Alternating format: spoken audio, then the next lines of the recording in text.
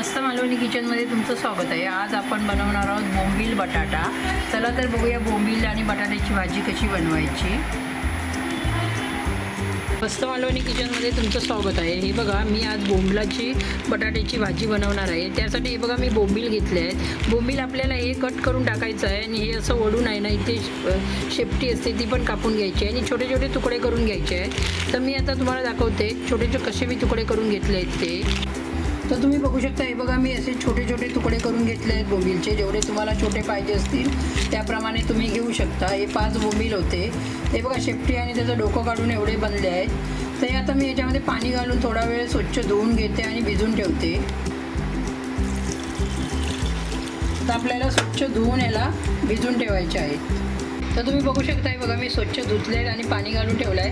हे आपल्याला 15 ते 20 मिनटं पाणी घालून ठेवलं तरी चालू शकतं। त्याला आपण आता साईडला ठेवूया। 2 बटाटे घेतले आहेत आणि हे बघा, छोटे छोटे असं कापून घेतले आहे। तर याला आपण आता पहिलं बटाटे शिजून घेऊया। तर इथे बघा, मी आता कढई घेतली आहे। कढईमध्ये मी 2 चमचे तेल घालून घेणार आहे। हे बघा, त्यामध्ये हे बघा, मी एक कांदा छोटा कापून घेतला आहे। कढीपत्त्याची 4 पानं घेतली आहेत आणि थोडी कोथिंबीर घेतली आहे। तर पहिला आपण कांदा घालून घेऊया। कांदा थोडा असा मिक्स करून घेऊया। बघा, हे बघा, ही अशी मी आला लसूण पेस्ट बनवून ठेवते। ही 8 दिवस फ्रीजमध्ये राहू शकते। 1 चमचा मीठ घालते आणि लसूण आणि आलं। तर त्यामधली 1 चमचा लसूण पेस्ट घालून घेऊया आणि हे बघा, सर्व असं मिक्स करायचं आहे व्यवस्थित। यामध्ये हा बघा, मी कढीपत्ता पण घालून घेते आणि व्यवस्थित असं मिक्स करूया। यामध्ये बघा, पाव चमचा आपण हळद घालून घेऊया। हा बघा, 1 चमचा मालवणी मसाला घालून घेते। मालवणी मसाला कसा बनवायचा याची लिंक मी दिली आहे तुम्हाला। तर आता आपण हे बघा, सर्व असं मसाले मिक्स करून घेऊया। हे सगळं मी स्लो गॅसवरती करते आहे। तुम्ही इथे बघू शकता, हे बघा, मालवणी वाटण मी बनवून ठेवलं आहे। यासाठी मी सुकं खोबरं घेतलं होतं 1 वाटी। 1 वाटी आपला ओला नारळाचा किस घेतला होता, किसून घेतलं होतं आणि 2 कांदे मोठे घेतले होते। आणि हे बघा, मी भाजून असं वाटून ठेवते। हे वाटण तुम्ही फ्रीजमध्ये 8 दिवस ठेवू शकता आणि बाहेर ठेवायचं असेल तर 2 दिवस राहू शकतं। मीठ घालायचं आहे त्यामध्ये आणि ठेवून द्यायचं आहे। हे बघा, वाटण आपण घालून घेऊया आणि हे बघा, असं वाटण घालून आपल्याला व्यवस्थित असं मिक्स करायचं आहे। हे बघा, आणि 2 मिनटं मी असं शिजून घेणार आहे वाटण।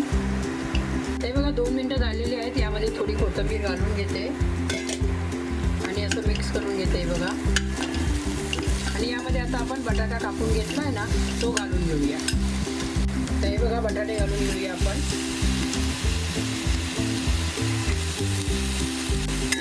आणि असं व्यवस्थित मिक्स करून घेऊया। असं केल्यामुळे ना भाजी छान बनते, कारण आपला मसाला पहिला पण भाजलेला असतो आणि आपण ह्या लाल मसाल्यामध्ये पण आपण व्यवस्थित भाजून घेतो ना, त्यावेळी भाजी छान बनते। हे बघा, मी असं 2 मिनटं परतून घेणार आहे आणि हे बघा, मी परत झाकण लावून घेते। तर तुम्ही बघू शकता, हे बघा, बटाटी घालून घेतली आहे ती मसाल्यात आणि आता एकदा व्यवस्थित असं परतून घेऊया आपण। आणि यामध्ये आता मी पाणी घालून घेते। जेवढा बटाटा शिजायला पाणी पाहिजे तेवढा वापर करायचा आहे आपल्याला।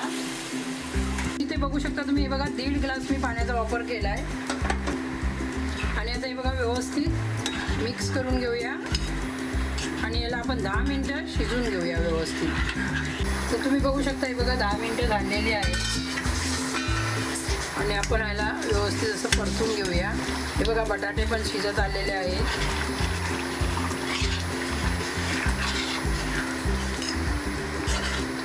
तर तुम्ही बघू शकता, हे बघा, हे बोंबील आता आपण घालून घ्यायचे आहे 10 मिनटानंतर। बटाटे शिजत आले की बोंबील घालायचे ते बघा, आणि आता याला 5 मिनटं आपण शिजून घेऊया व्यवस्थित।